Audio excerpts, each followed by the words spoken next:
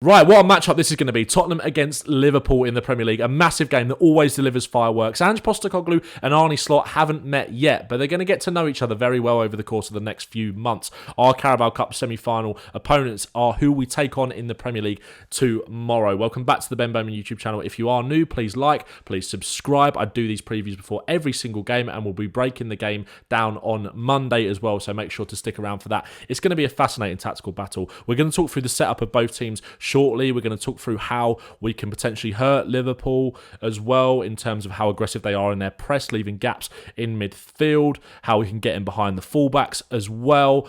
It's going to be a very, very interesting game. Liverpool have been imperious so far in the Premier League. Just one defeat. Arne Slot has come and taken to the Premier League like an absolute duck to water. Only 13 goals conceded, 11 wins, 3 draws and 1 loss. You look at their form as well, you can just see the win against Southampton in the League Cup just a little bit out of the picture there. They did draw last time out in the Premier League at home to Fulham, and we're going to talk a little bit about this game. However, they got a man sent off, and the way that they adapted to that shows you how flexible tactically Arne Slot is, and that is something that we are going to have to watch out for tomorrow in terms of some of those in-game tweaks and what he might do. One thing I think I want to focus on, and this was kind of brought to my attention by another brilliant YouTube channel, a guy called Connor Holden, who is a Chelsea fan, makes mainly Chelsea content, but he made a video talking about Arne Slot's tactics and how you can kind of get at them, and it's something that I've been noticing myself over the last few weeks in terms of how aggressive they are in their press. And it's something that I spoke about Spurs in the Chelsea game, about how we really pressed as a front four,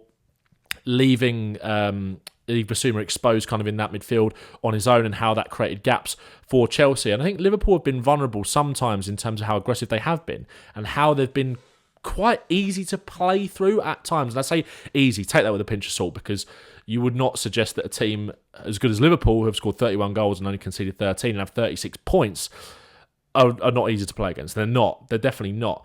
But there are gaps that they leave. And one thing that Connor highlighted really well in that video, go and watch this, by the way. This is kind of coming from a very general point of view, obviously, about how, he's a Chelsea fan. Liverpool are title rivals with Chelsea. How can you get that? Them, etc., trying to understand their weaknesses. But we're going to try and adapt that from a Tottenham point of view, because he talks a lot in that video about how teams that build up with a 3 at the back can sort of hurt them by leaving the gaps in midfield. So we've kind of got that sort of setup example here, because they've pressed very aggressively in a front four. And you can see that here. You can see Salah, you can see Diaz, you can see Gakpo, and you can see Szoboszlai, who kind of joins that front four as well. He's been bypassed along with Curtis Jones. This is the build-up to Fulham's first goal at Anfield, where they took the lead against 11 men as well. They took the lead against 11 men, and they had the better of the game probably at 11 men as well. Against 11 men, it's probably fair to say.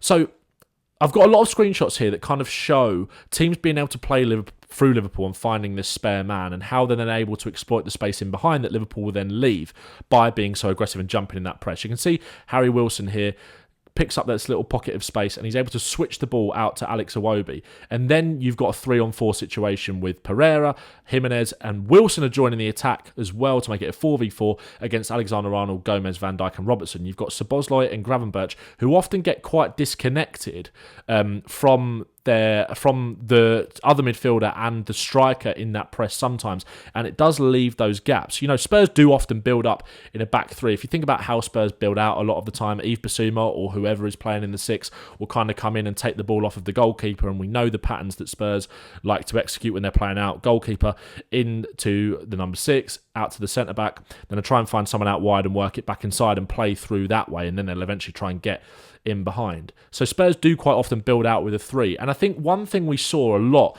against Man City, and we saw it against Manchester United as well, I often reference that Etihad away performance from Spurs because I thought it was absolutely superb, and I don't think Spurs got anywhere near the credit at the time. You look at the credit that Villa are getting for beating Man City today. I'm recording this at around 3:30, so just after the game.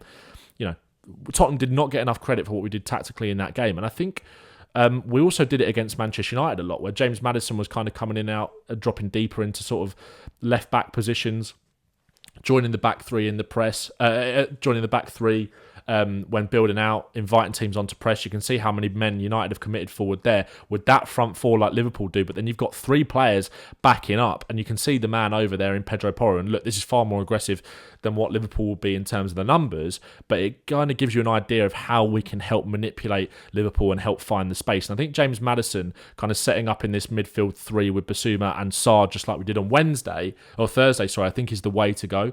I think James Maddison did this so well, where he'd kind of get himself in deeper situations than this to invite the press and help us build out. And Liverpool are going to smell blood. They'll press aggressively anyway. That's what they do, right? Like I said, they press in this front 4. But when you've got a goalkeeper who gave away the goals that he gave on Thursday, you've got Dragusin and Gray, who are a new blossoming centre-back partnership, I will say for sure. And Gray, look, has adapted to every challenge that's come his way. And so has Radu Dragusin. I think he's been getting better and better. This front 4 of Liverpool, I think, will... It's difficult because a lot of the examples that I've got... of Liverpool is when they're playing at home. But we know they like to be aggressive away from home as well in terms of their press, and we'll see that very shortly when we go through some of these examples. But that front 4, I think, will smell that bit of blood because they know Spurs are a little bit vulnerable when playing out from the back, especially with Forster in goal. And I think they'll be aggressive. But that will leave those gaps. That will leave those gaps for Sarr. That will leave those gaps for Udogie. That will leave those gaps for Porro to kind of come into these areas. And then you can run at this Liverpool back 4 because McAllister and Gravenberch, or whoever plays in that midfield, it will be Gravenberch, will it be Jones alongside him, I'm not sure. They will then jump up. So there is kind of always a bit of a free man, and that could be potentially Sarr, that could be Porro, and then you can run at them, and then you can combine through and play through the lines, and then you can run at them. There's always a spare man if you kind of build out in this way, and it's just about finding the gaps, and that's what Fulham did here. What Fulham do have is a fullback as well in these kind of situations in Anthony Robinson, who's going to want to bomb on. Destiny Udogie doesn't always do that necessarily that much, but there will be space in behind Trent Alexander-Arnold for someone like Son Heung-Min to attack as well.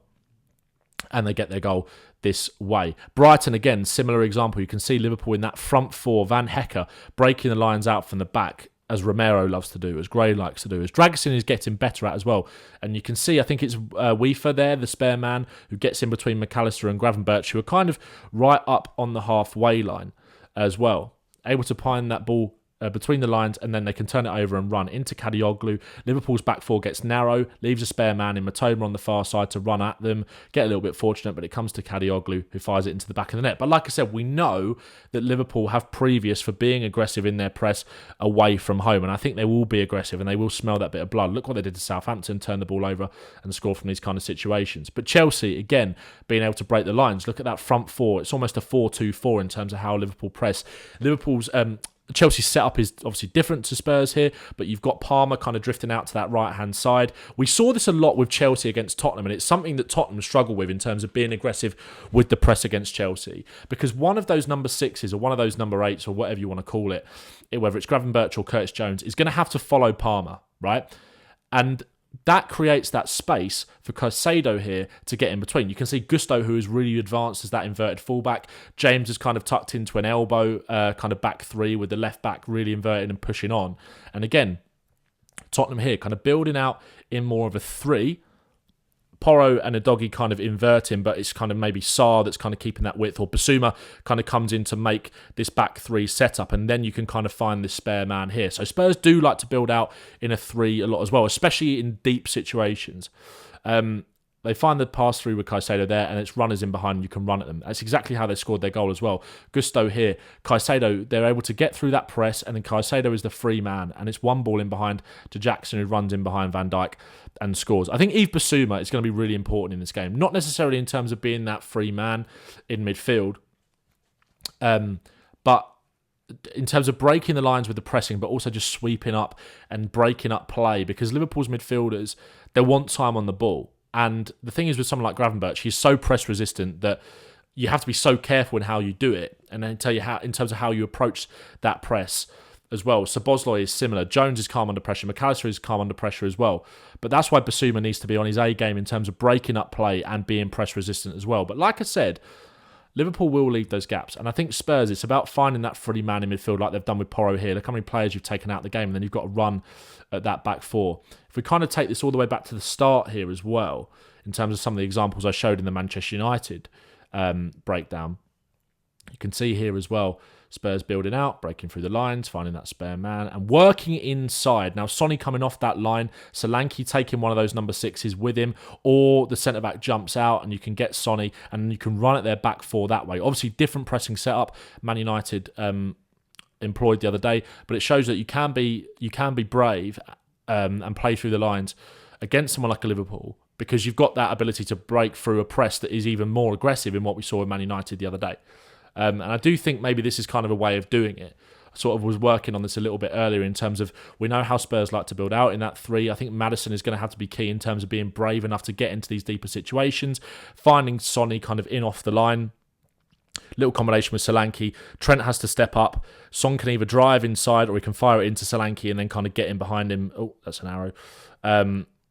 He can either fire it into Solanke and sort of combine with him and come inside, or equally the combination works in allowing that space in behind Trent Alexander-Arnold, and Son can either make this movement or this movement as well to kind of get in behind him.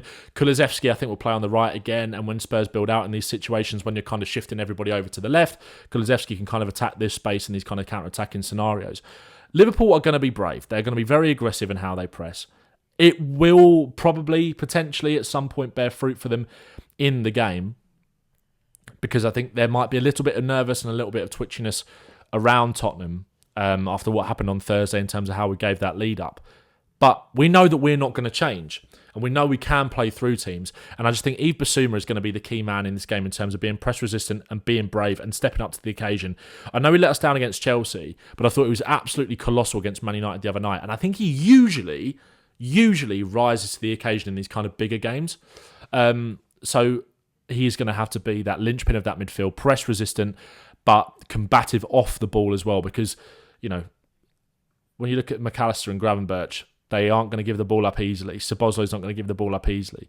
But there will be gaps for Spurs to exploit. And that's why I think Maddison, Bissouma and Sarr has to be, for me, the midfield 3 for tomorrow. You've got the legs, you've got the energy of Sarr in there, but you've got that ability to break the lines and break the pressing structure of Liverpool with Bissouma and Maddison. I really want to see Maddison kind of put in a performance that we saw away at the Etihad against Man City, where he's dropping deeper into these kind of pockets, being brave enough to pick the ball up, as we kind of see in these situations, being brave to go between the lines, not hide away from the ball, not drift into players to kind of mark himself out of the game. Be brave, and we can play through this Liverpool team. We can play through it. It's going to be really hard. It is going to be very hard. And you think about when Spurs commit, in terms of our pressing, if we sort of drag everyone back a little bit in terms of how Liverpool want to build out, Trent kind of in more of a freer role in here, Gravenberch and McAllister, Szoboszlai as well, in terms of how they kind of want to build out. I think it might be Diaz through the middle, it might be Gakpo tomorrow, but you think about how aggressive Spurs were with their press against Chelsea, I think they will do something similar tomorrow. I really do. It was Kulusevski playing centrally in this game, wasn't it? And you kind of get this 4-1. Let's put Maddison where Kulusevski is and Kulusevski over there. Doggy, let's move everyone up. High line, aggressive press, kind of the 4-1. So Liverpool will try and find the gaps as well. And they've got the press resistance in Gravenberch and McAllister to do it, to receive the ball in dangerous areas in these kind of half spaces when Liverpool are playing out from the back. So that is something that Spurs, I think, will have to be really flexible and adaptable in their pressing structure tomorrow, because just like we can hurt Liverpool by playing through them, Liverpool will be in a more confident state to maybe do that with the players that they've got available. But I think Gomez and Alexander-Arnold, I think, have shown a little bit of vulnerability down that right-hand flank in recent weeks. I think there'll be space in behind, little combinations with Maddison kind of picking the ball up in these kind of areas, maybe when Spurs do have the ball, and kind of firing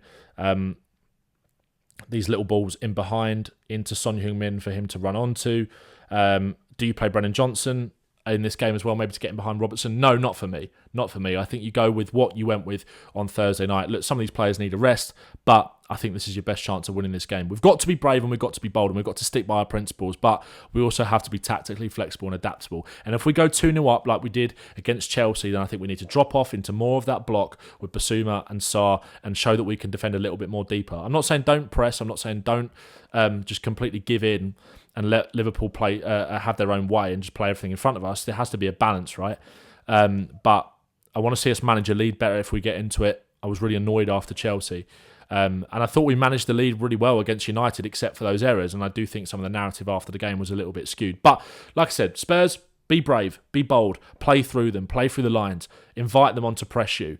It's always risk versus rule when it comes to pressing, and we've spoken about that a lot. But there might be gaps. Shout out to Connor. Again, like I said, go and subscribe to him. Go and watch his video. He talks about it more through a kind of a general perspective in terms of how teams can hurt Liverpool, and we've obviously adapted it and looked at it, how Spurs can hurt Liverpool as well. But like I said, there will be space in behind to attack. There will be lines to break.